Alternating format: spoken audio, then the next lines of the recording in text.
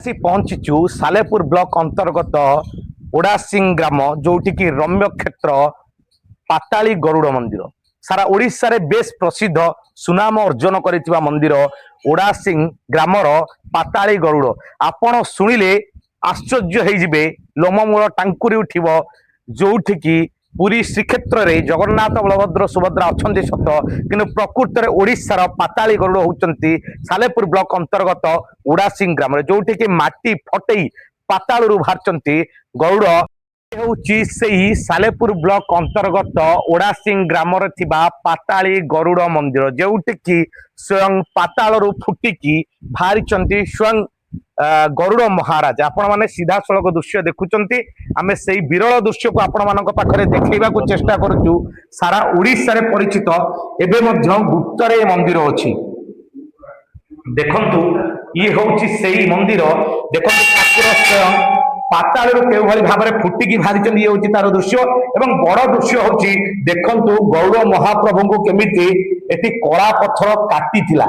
କଳା ପଥର ଶକ୍ତ ଆଘାତ ଦେଇ କାଟିଥିଲା, କିନ୍ତୁ ଦୁର୍ଭାଗ୍ୟବଶତଃ କାଟି ପାରିନଥିଲା। ଯେହେତୁ ଇଏ ସ୍ୱୟଂ ପାତାଳି ଗରୁଡ, ସେ ପ୍ରଭାବରୁ ନିଜକୁ କେମିତି ରକ୍ଷା କରିଥିଲେ ତାର ଅନେକ କିମ୍ବଦନ୍ତୀ ଅଛି।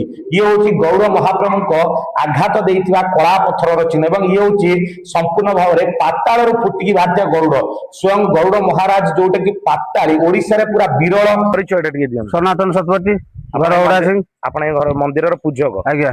ଆଉ କୋଉଠୁ କୋଉଠୁ ଲୋକ ଦୂରରୁ ଆସନ୍ତି? ଆମର ତଥାପି ଯଜ୍ଞ ବେଳେ କଟକ, ଭୁବନେଶ୍ୱର, ପୁରୀ ନେଇକି ସବୁ ସବୁ ଜାଗାରୁ ଲୋକ କିଛି କିଛି ଆସିକି। ବଡ ବଡ ପର୍ବ କଣ ପର୍ବ? ଆମର ପଞ୍ଚୁକ 5 ଦିନ ଯଜ୍ଞ ହୁଏ, ଆଉ ତାପରେ ଗର ଦ୍ୱାଦଶୀ ହୁଏ, ପୂର୍ଣ୍ଣମୀ, ଏମିତି ନେଇକି ସବୁ ଚାଲେ। ଆଉ ଭକ୍ତ ମାନେ ଆସନ୍ତି, ଯାତ୍ରା ବି ଯଜ୍ଞ ଫଜ୍ଞ ହୁଏ, ଭଲ ମନ୍ଦ ହୁଏ। ମାସକ ଯାକ ବି ଭକ୍ତ ଗୋଟା ଗୋଟା ଗଢନ୍ତି। କଣ କହିବେ, ଆପଣଙ୍କ ପରିଚୟ ଦିଅନ୍ତୁ। ନବୀନ ପାତ୍ର, ଓଡାସିଂ ଶଙ୍କାରୀ ସାହି। କଣ କହିବେ ଠାକୁରଙ୍କ କିମ୍ବଦନ୍ତୀ ବିଷୟରେ? ନାଇଁ, ଠାକୁର କହିବୁ, ଆମ ବାପା ହେରିକା କୁହନ୍ତି ଦ୍ରୌପଦୀ ରାଜା ଆସିଥିଲେ, ତାକୁ କାଟିଥିଲେ, ହେଲା ବ୍ଲଡ ବାହାରିଲା, ତାପରେ ଲଉଣୀ ଫଉଣୀ ତାର ସବୁ ଦହି ଫହି ସବୁ ନଉ ନାଳ ପୁରା ହେଇଗଲେ। ସବୁ ଜଗନ୍ନାଥ ତାକୁ ଛକିଥିଲେ, ଛକିଲା ଭିତରେ ତାକୁ ଛାଡି ଦେଇକି ପଳେଇଲେ। ଆମ ବାପା ହେରିକା ଯାହା କହିବା କଥା। ଆଚ୍ଛା, ଇଏ ପାଖ ଆଖ ଲୋକ ଛଡା ଅନ୍ୟ ଦୂର ଦୂରାନ୍ତର ଲୋକ? ନାଇଁ, ବହୁତ ବହୁତ କୋଉଠୁ କୋଉଠୁ ଆସନ୍ତି ଆନୁମାନିକ? ପ୍ରାୟତଃ ପୁରୀ ରାଜା ବି ଆସିଥିଲେ, ବହୁତ ଲୋକ ହେଇଥିଲେ ଏ ବର୍ଷ। କୋଉ ଦିନ ବଡ ବଡ ପର୍ବପର୍ବାଣି ଏଠି ହୁଏ? ଆମର କାର୍ତ୍ତିକ ମାସ ସାରା ହୁଏ। ତାପରେ ଏମିତି ସଂକ୍ରାନ୍ତି, ପୁନେଇ, ସବୁ ପ୍ରକାର ଇଏ ହୁଏ। ଆଉ ପ୍ରଭୁ ଗରୁଡ ମହାରାଜଙ୍କ ଭକ୍ତ ଅଛନ୍ତି, ତାଙ୍କ ବିଷୟରେ, ଭଗବାନଙ୍କ କିମ୍ବଦନ୍ତୀ ବିଷୟରେ ଜାଣିବା। ଆପଣଙ୍କ ପରିଚୟ ଦେବେ।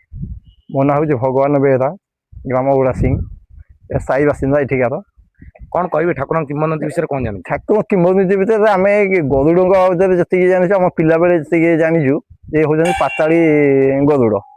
କିନ୍ତୁ ତାଙ୍କର ଗୋଟେ କ୍ଷତ ସ୍ଥାନ ଅଛି, ଯେ ପେଟ ଦେହରୁ ଅଧା କଟା ହେଇଥିଲା, କୋଉ ରାଜା ଜଣେ ତାକୁ କାଟିକି ନଉଥିଲେ, ସେ ତାକୁ ନେଇ ପାରିଲେନି, ଛାଡି ଦେଇକି ପଳେଇଲେ।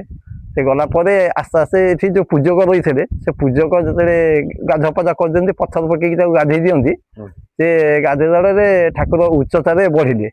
ତାଙ୍କ ହାତ ପାରିଲନି, ପୁଣି ଆଉ ଗୋଟେ ପଥର ପକେଇଲେ। ଆମେ ଯେତିକି ଜାଣିବା କଥା ଜେଜେବାପାଙ୍କଠୁ ଶୁଣିଛୁ, ସେ ଆଉ ଗୋଟେ ପଥର ପକେଇଲେ, ସେ ପଥରଟି ପକେଇକି ଠାକୁରଙ୍କୁ ଗାଧେଇ ଦେଲେ। ତାପରେ ଯେତେବେଳେ ଆଉ ହାତ ନ ପାରିଲା, ସେ ପୂଜକ ଜଣେ ତାଙ୍କ ଠାକୁରଙ୍କ ଗୋଡତଳେ ପଡିଲେ, ଯେ ଆପଣ ଉଚ୍ଚରେ ବଢୁଛନ୍ତି, ମୁଁ ତ ଗାଧୁଆ ସ୍ନାନ କରିବା ପାଇଁ ଅସୁବିଧା ମତେ ହଉଛି, ଆପଣ କଣ ମୋଟେରେ ବଢନ୍ତୁ।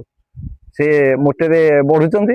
ଆମ ଜାଣିବାରେ ଆମେ ପିଲାବେଳେ ଦେଖିଥିଲୁ, ଯେତିକି ତାଙ୍କ କ୍ଷତ ସ୍ଥାନ ଗଭୀର ଥିଲା, ସେଟା ଆସ୍ତେ ଆସ୍ତେ ପୂରଣ ହେଇକିରି ଏବେ ଆଉ ବୋଧେ ଆଙ୍ଗୁଳି ଖଣ୍ଡେ ଅଛି, କଣ ପୂରଣ ହେଇଗଲାଣି। ହଁ, ଏଠି ମନ୍ଦିରରେ ମହାପ୍ରଭୁ ଗରୁଡଙ୍କୁ ଦର୍ଶନ କରିବାକୁ ଦୂର ଦୂରାନ୍ତର ଭକ୍ତ ଆସନ୍ତି ନା କେବଳ ଅଞ୍ଚଳବାସୀ? ନାଇଁ, ଦୂର ଦୂରାନ୍ତ ଆସନ୍ତି। ଏବେ ଟିକେ ଟିକେ ଜଣାଶୁଣା ହେଲାନି, ସମସ୍ତଙ୍କ ଦୃଷ୍ଟିଗୋଚର ହେଲାନି, ଆସିଲେନି, ବହୁତ ଦୂରରୁ ଆସିଲେନି। କିନ୍ତୁ ତାର କିମ୍ବଦନ୍ତୀ ଯୋଉ ଆମର ପୋଥି ରହିଛି, ତାକୁ ଆମର ଭଲ ଜାଣିବା ଶୁଣିବା ଲୋକ ଯୋଉମାନେ, ସେମାନେ ଖୋଜାଖୋଜି କରିଥିଲେ, ପାରିଲେନି। ତଥାପି ତାକୁ ଏବେ ଜଣେ ଜଗବନ୍ଧୁ ପ୍ରଧାନ ଟିକେ ଥିଲେ, ଜଣେ ଲୋକ ସାମ୍ବାଦିକ ଥିଲେ, ସେ ତାକୁ ନେଇଥିଲେ ଟ୍ରଷ୍ଟିକି ଦେବା ପାଇଁ। ସିଏ ଆଉ ହେଇପାରିଲାନି, ଏମିତି ହେଇକି ରହିଛି। ଆସ୍ତେ ଆସ୍ତେ ଭକ୍ତ ଆସୁଛନ୍ତି। ଏବେ ଏଇ ମାର୍ବଲ ଫାର୍ବଲ ଦାନ କରିଛନ୍ତି। ଠାକୁରଙ୍କ ଇଚ୍ଛା, ଯଦି କେବେ ପୁଣି ଇଏ ହୁଏ, ଯଦି ଲୋକଲୋଚନକୁ, ସମସ୍ତଙ୍କ ସମଗ୍ର ଲୋକଲୋଚନକୁ ଆସେ, ଠାକୁରଙ୍କ ବଡ ପର୍ବ କଣ ପାଳନ ହୁଏ ପ୍ରଭୁଙ୍କର? ଏଠି ପ୍ରଭୁଙ୍କର କେବଳ ଯେତେବେଳେ ରାମକୃଷ୍ଣପୁର ଦାରୁ ଯାଇଥିଲେ ଜଗନ୍ନାଥଙ୍କର ତିଆରି ହେବା ପାଇଁ ଶ୍ରୀକ୍ଷେତ୍ରକୁ, ଏ ଦାରୁ ପାଇଁ ଆସିଥିଲେ, ଗରୁଡଙ୍କ ପାଖକୁ ଆସିଥିଲେ ଦଇତାପତି ମାନେ ପୂଜା କରିବାକୁ। ଏଠି ଦେଖିକି ଯାଇଛନ୍ତି ପ୍ରଭୁ। ପୂଜା କରି ହଁ ପୂଜା କରି ଏଠୁ ଫେରିଲା ପରେ ଗୌଡ଼ଙ୍କ ମନ୍ଦିର ପଛପଟେ ଗୋଟେ ବଡ ନଡିଆ ଗଛ ଥିଲା। ସେ ରହିବା ପର୍ଯ୍ୟନ୍ତ ଆଗରେ ସେ ନଡିଆ ଗଛଟି ପଡିଲା। ସେ ନଡିଆଟାକୁ ସେଇଠୁ ଫେରିକି ସେ ପୂଜକ ଆମେ ଏଇ ଗରୁଡଙ୍କ ପାଖରେ ଦେଇଗଲେ ଥୋଇଲେ। ଥୋଇକିରି ଏଠି ଆମେ ଯୋଉ ଗ୍ରାମ ଆସି ଥିଲୁ ସମସ୍ତେ ଏଠି 10-20 ଜଣ 30 ଜଣ ଭଳିଆ ଲୋକ ଥିଲେ। ସେ ତାଙ୍କୁ କହିଲେ ଯେ ତମେ ଏବେଠୁ ଗୋଟେ ଯଜ୍ଞ ଏଇଠି କର। ଗଡ଼ ଦ୍ୱାଦଶୀରେ ପଞ୍ଚୁକେରେ ଯଜ୍ଞଟି ହଉଛି ଆଜି ବୋଧେ 30-31 ବର୍ଷ ହେଇଯିବ। ବଡ ବଡ ହଁ ବଡ ଆଡମ୍ବରପୂର୍ଣ୍ଣ ହଁ ହୁଏ, ଆଜ୍ଞା ବହୁତ ଲୋକ ଆଜ୍ଞା ଜନସମାଗମ ଆଜ୍ଞା ହୁଏ। ପ୍ରଥମ ବର୍ଷ ରଜା ଆସିଥିଲେ। କଣ କହିବି ଏଇ ମନ୍ଦିରର ଶିଳ୍ପୀ କୋଉ ମହାରାଜଙ୍କ ସମୟରେ ହେଇଛି ବୋଲି ଆନୁମାନିକ କୁହାଯାଏ? ଜଣେ ଜମିଦାରୀ ଲୋକ ଥିଲେ ଖଣ୍ଡାୟତ, ସେ ଜେଜ ହିସାବ ହେବେ। ସେ ଛେରା ପହଁରା କରିବାକୁ ରଥ ଯୋଉ ଏଠି ହୁଅନ୍ତି ଜଗନ୍ନାଥ ରଥ ଯେତେବେଳେ ହେଲେ ସେତିକିବେଳେ ଆମେ ଏଇଠି ଛୋଟ ପିଲା ତାଙ୍କ ପାଖରେ ବସିକି ତାଙ୍କୁ ଆମେ ପଚାରୁଥିଲୁ।